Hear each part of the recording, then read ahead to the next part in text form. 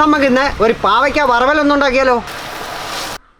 കുറച്ച് വെളിച്ചെണ്ണ ഒഴിച്ചു കൊടുക്കും. 5-6 അല്ലി വെളുത്തുള്ളി ചതച്ചത്, സവാള അരിഞ്ഞ ഇട്ട് കൊടുക്കും. 10-15 ചുവന്നുള്ളി, 2 കരിയാപ്പില ഇട്ട് കൊടുക്കാം. നമ്മൾ അരിഞ്ഞ് വെച്ചിരിക്കുന്ന പാവയ്ക്ക അതിലേക്ക് ഇട്ട് കൊടുക്കാം.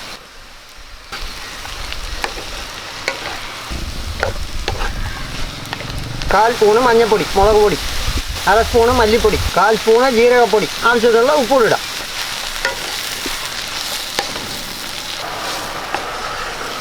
ഇനി ഇതിലേക്ക് കുറച്ച് പുളിവെള്ളം ഒഴിച്ചു കൊടുക്കാം.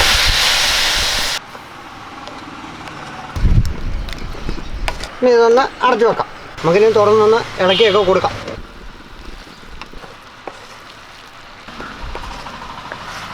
പാവയ്ക്ക വറവൽ റെഡിയായി കഴിഞ്ഞു.